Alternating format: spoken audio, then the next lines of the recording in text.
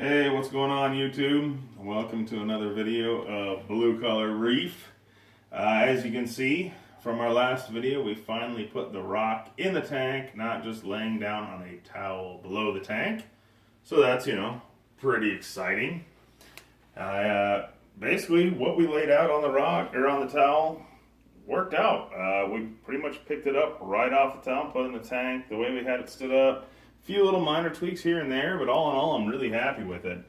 No glue, no epoxy used. Just stacked it up the way we had, and it's sitting real nice. I was planning on having water in the tank for this video. However, I'm being out of town for 3 weeks. Probably not the best time to fill up the tank and check for leaks. So, what I mentioned last week when we did our first video is that we are going to go over a little bit of the plumbing, what I have for some filtration, and also why I placed the tank where I put it, which will be a big focus on this video.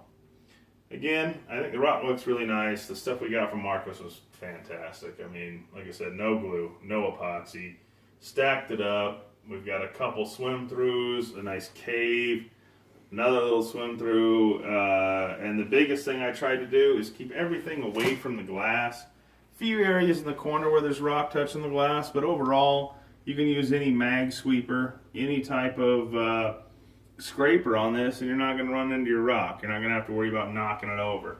Also, as I mentioned last episode, the sand will come in later, simply so the rock won't shift. You won't have to worry about burrowing fish, anything knocking it over, throwing sand out, and having to worry about fish or coral or anything else getting crushed under 100 pounds of rock. Never a good day. So, enough of the rock. What I want to start with is just going over some of the filtration and the plumbing we have there. As you see under the tank, first off, where the plumbing comes down into the sump, that will change here very shortly. I'm going to put 2 shut-off valves right underneath there. And instead of having my sump under the tank, I'm actually going to have it in another room, which I'll show you here in a few minutes. And that's going to make maintenance, any type of cleaning, adding water, everything's going to be a lot easier that way. Under the tank, you've got, obviously you can see where the filter suck.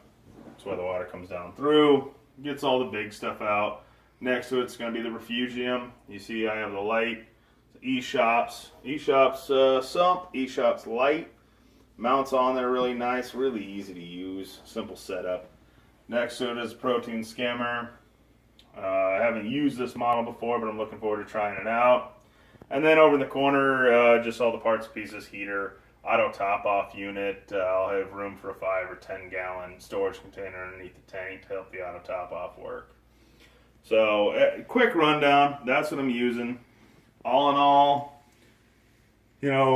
price-wise, you're probably looking $600 some everything in there, which may sound like a lot, but think about it. It's a 30-gallon filter, the way you look at it. So when you're talking about a 30-gallon filter, $600, when you're talking about all your coral, your fish, your rock, things being healthy and happy, that's where you want to spend your money. You can go cheap. In a future episode, I'm going to show you my old reef tank. It's a 40-gallon. Everything is hang on the back. Everything is inexpensive, and everything's a hassle. And it's a lot of work. You can do it. You can be successful with it. It's a lot of work, and it's a lot of headache, and it's a lot of worry about things overflowing, ruining your house, your floor, your carpet. I probably have about 10 feet of carpet that still needs to be replaced, courtesy of some of that tank. So, just quick rundown. If you want details on any of the filtration or anything I'm using as far as my return pump, skimmer, light, any of that, please feel free to ask questions in the comments. I'll gladly answer, give you details on it. It's obviously not all set up and ready to use yet because, well, there's no water in the tank and it's going to be moved, which I'll show you here in a minute. So, we'll get my lovely filmographer off the floor there. I'm sorry he didn't wear his green shorts today. I know there was a better reflection in the tank last video. This video it's a little disappointing. I'm sorry for that. We'll try harder. What I am using for lights on this tank, I'm going to be using 2 of the AI 26 HDs. I've got those ready to go. And the one thing I didn't account for setting this tank up, I was pretty excited. I got these nice stands for them. They cost, about $70 a piece. There you go. There's a little green on the sweatshirt for you to make up for the lack of shorts. You see the problem with them. They're very sturdy. They'll hold the lights. But if you want to put your tank up against any kind of wall, you're going to have to drill a couple holes. A couple fairly long and deep holes in your wall. Or you're going to have to move your tank out 2 inches. And the whole reason you put it up against the wall is so you don't have that big gap and you don't see that. So I'm actually going to go with a different mounting option for my lights. I'm currently looking at a new solution where it'll stand up, come across the top of the tank. I just didn't get what I was hoping for with these. I mean, they're great. They're super sturdy. They will hold your light up if you're not stuck up against a wall. If you're doing a corner tank, things like that, they'll work absolutely wonderful. They bend really easily. They're very sturdy. You can mount your light however you want.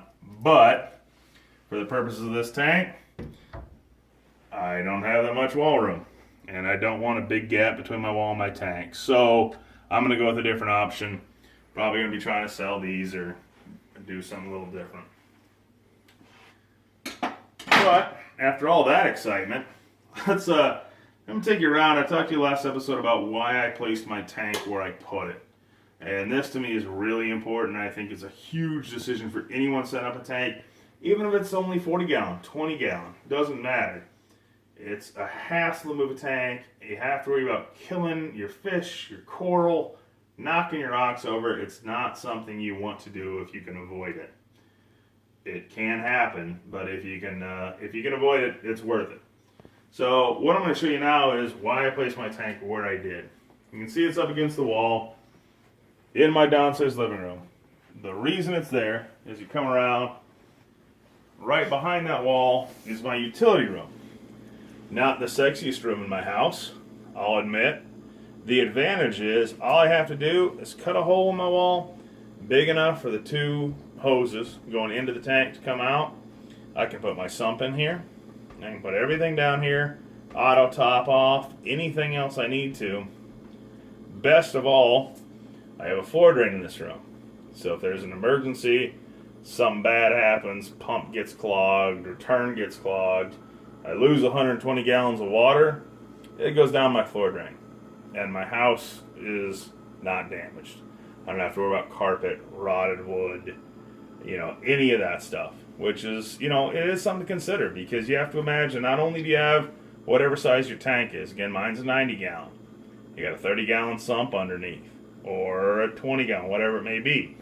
It's a lot of water, and especially with salt water. It's not the easiest thing to clean up and make your carpets pretty again or your wood floor. It'll ruin it. So if you have the option to have kind of an escape plan in case there's an emergency, I would highly recommend it. The biggest thing will be, I got this empty space on my floor next to the fridge. I have to move some things around. That's not all done yet.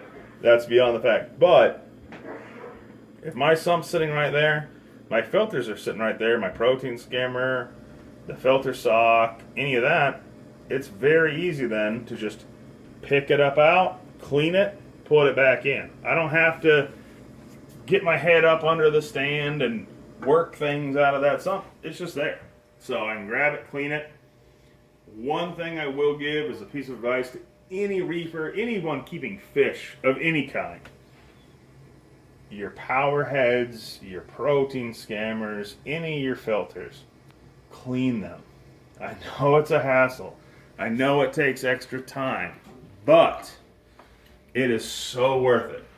They'll get some algae growth, they'll get flatworms on them, tube worms, they get all kinds of stuff that clogs them up, and it reduces how well they work. The best advice I can give you is put stuff in a 5-gallon bucket, 10-gallon trash can, something that can hang on or sit in. Throw a gallon of vinegar in there, a bunch of water, let them run for about half hour.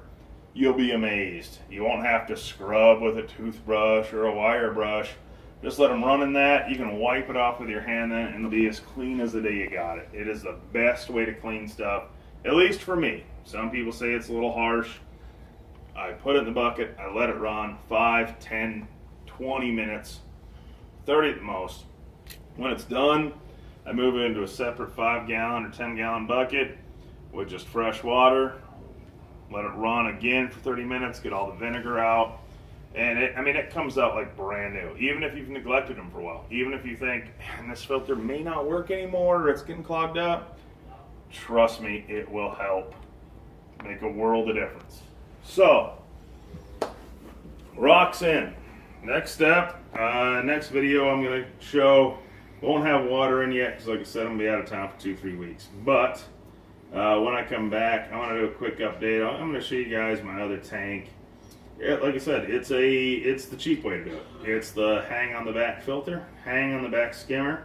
They work great, but they love to overflow. They love to cause issues. You can do it, and I'll tell you all about how you can do it and how it can be a huge hassle and why this type of setup is going to work a lot better for you. Why it's worth spending a little more money. You don't have to spend a fortune, but trust me when I tell you, if you want to do this hobby, it's like any other hobby. You go cheap, you get cheap results. Okay? You don't have to go super expensive. You don't have to you don't have to always do what the guys that drop 10, 20 grand on the hobby do. That's great if you can do it. If you got the money, fantastic. If not, there are ways to do it.